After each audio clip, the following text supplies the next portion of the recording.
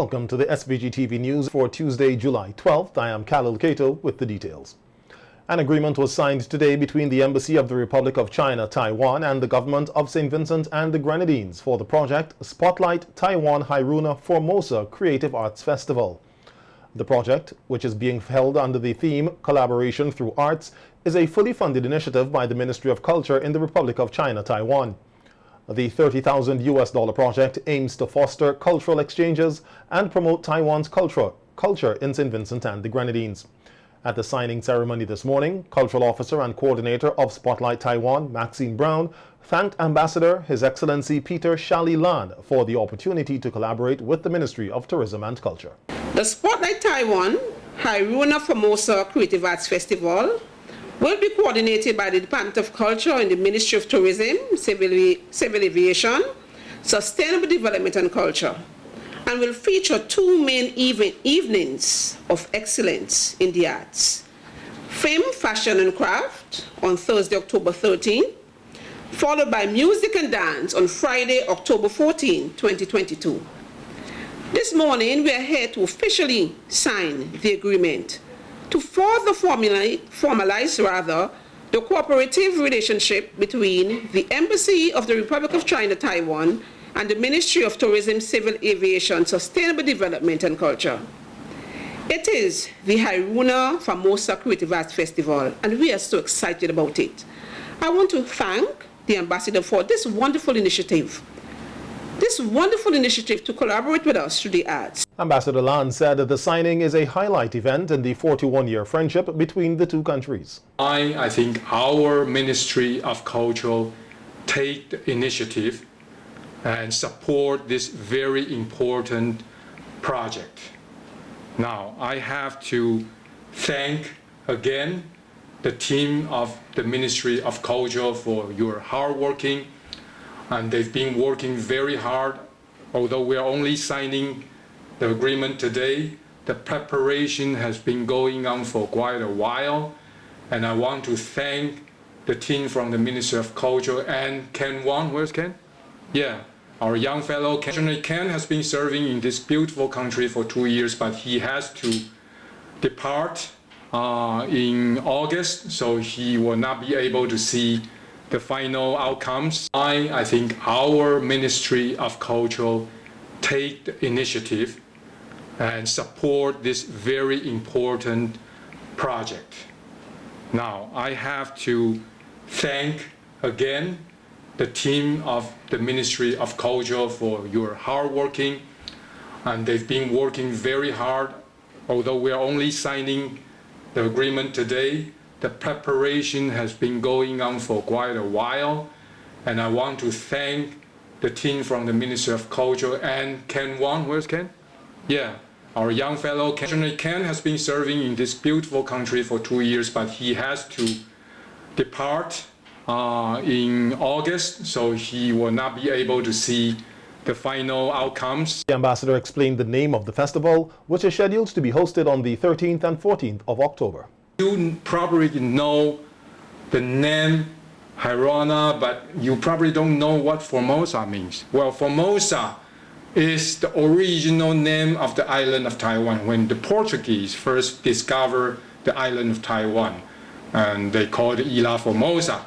In Portuguese means the beautiful island.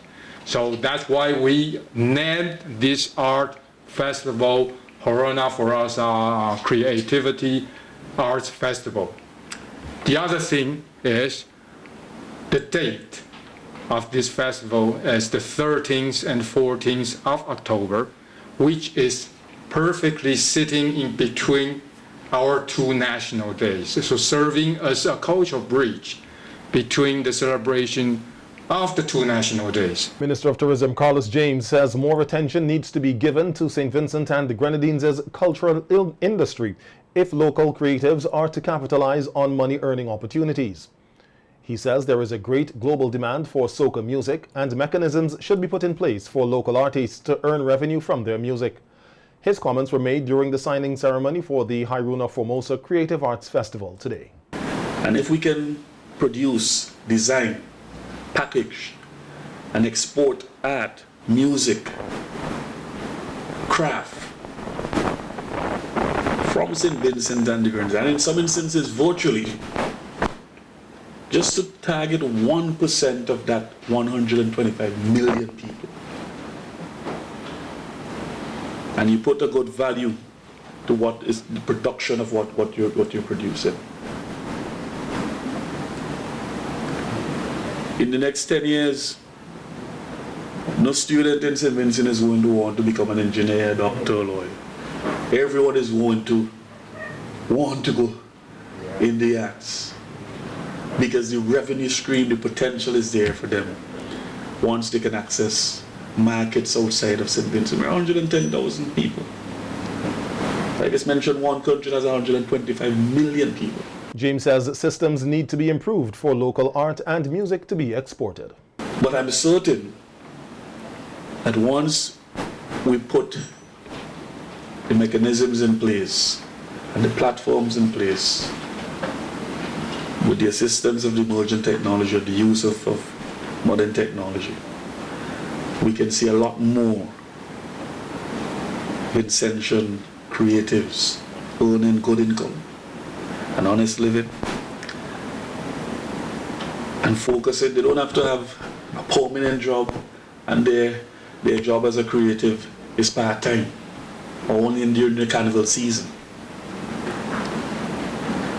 And that is why we have to give a lot more attention to the cultural industry, the stakeholders within the industry, and how we can build out platforms for them for training and to earn income, an additional income and revenue streams. With the government of St. Vincent and the Grenadines receiving over 4,000 doses of the COVID-19 vaccine intended for children ages 5 to 11, the president of the SVG Teachers Union, Oswald Robinson, says he is worried about the next step the Ministry of Health and Wellness will take.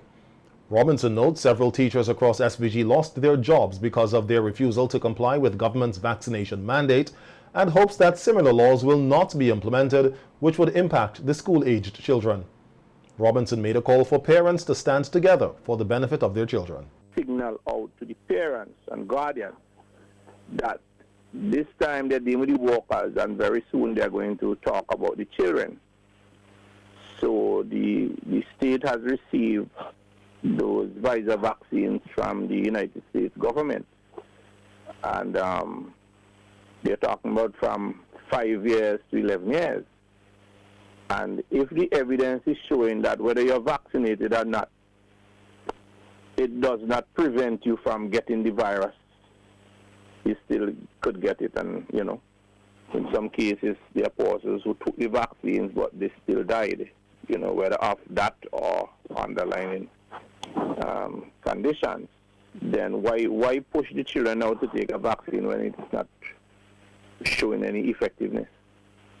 Okay. So that is a battle that the parents have on their hands now, and we've been telling them, look out for this. They're going to come to tell you have to vaccinate your children, you know, with the COVID vaccine. And if we no longer have a pandemic, why at this time you want to push that? Those are concerns that we have. St. Vincent and the Grenadines Coast Guard Service is preparing to once again host its summer program. The first phase of the program began on Monday and will run to Tuesday, July 19th. The second phase will run from July 25th to August 2nd, and the final phase of the program will run from August 8th to August 16th. The program coordinator, Summer Program Coordinator Lieutenant Vinton John, in an interview with the Agency for Public Information, said the program is now in its 29th year, and one of the main reasons it was started was to assist local youth in their journey of personal development. The program started back in 1993. And it's been going since, well, by the 2 years that we were off COVID. So it's been, we did 27 consecutive years, but the program is into its 29th year. One of the reasons, well, a few reasons why the program was started. One, we want to show the public that the Coast Guard, we're military, but we have a soft side. So during the summer break, when parents they're working but the kids are home, and you know, a lot of kids sometimes once left unattended, they would get themselves into some activities which not really becoming of young people. So we decided, we should do something, bring them in and teach them some of the stuff that we do and incorporate other things outside. Lieutenant John noted the general feedback from the public has been great thus far, and they have been able to get persons from various government ministries and other business owners involved. John also highlighted some of the programs offered and their importance. It's been good because we have had persons from the Ministry of Health. We have had programs with restaurant owners because we teach what's called professional etiquette. Ministry of Health, Caesar, some of the other persons. We have Miss Barbara Matthews. She has been with the program from since inception.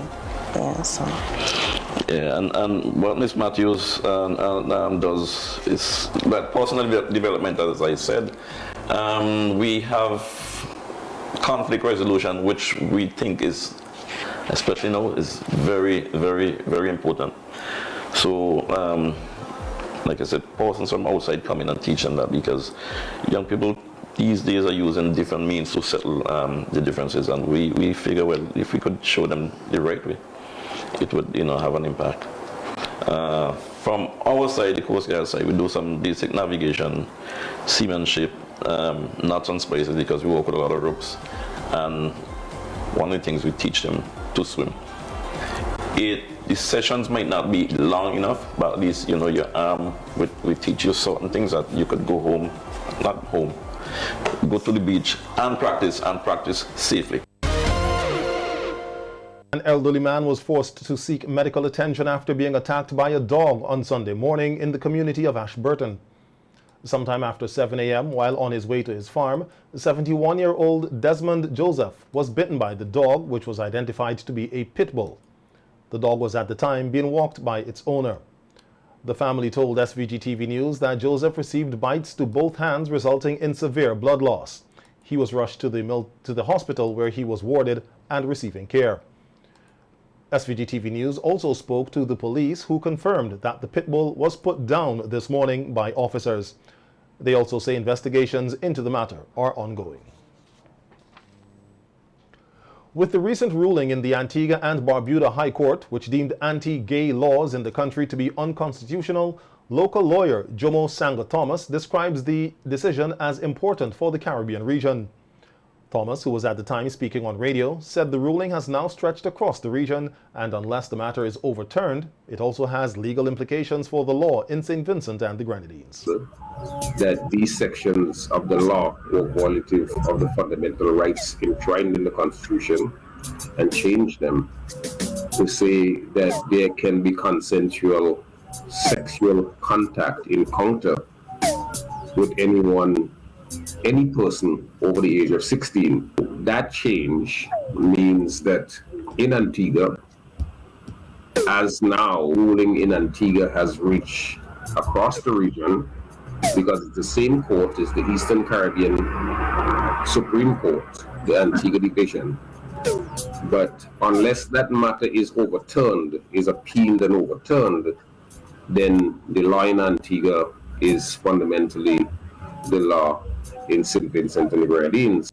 Thomas spoke about a similar case where his firm called on the local courts to make similar amendments to the laws here in SVG, but they were met with hindrances, and the matter is still before the court. A year and a half ago, if not more, my firm, Sita Banwell and myself, had brought a similar claim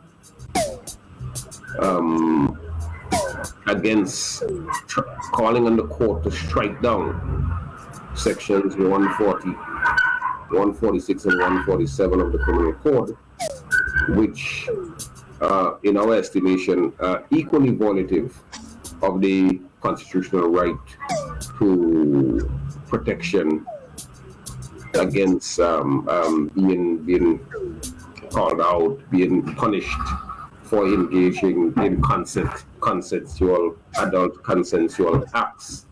You may also recall that at the time the Prime Minister had attempted to bounce the, I think to bounce the matter into the hands of the church. And Bishop Friday, if my memory serves me right, correctly responded and said, no, the church is not going to take this on. You, as the political director, the executive and legislature, should deal with it. So that matter is still before the court.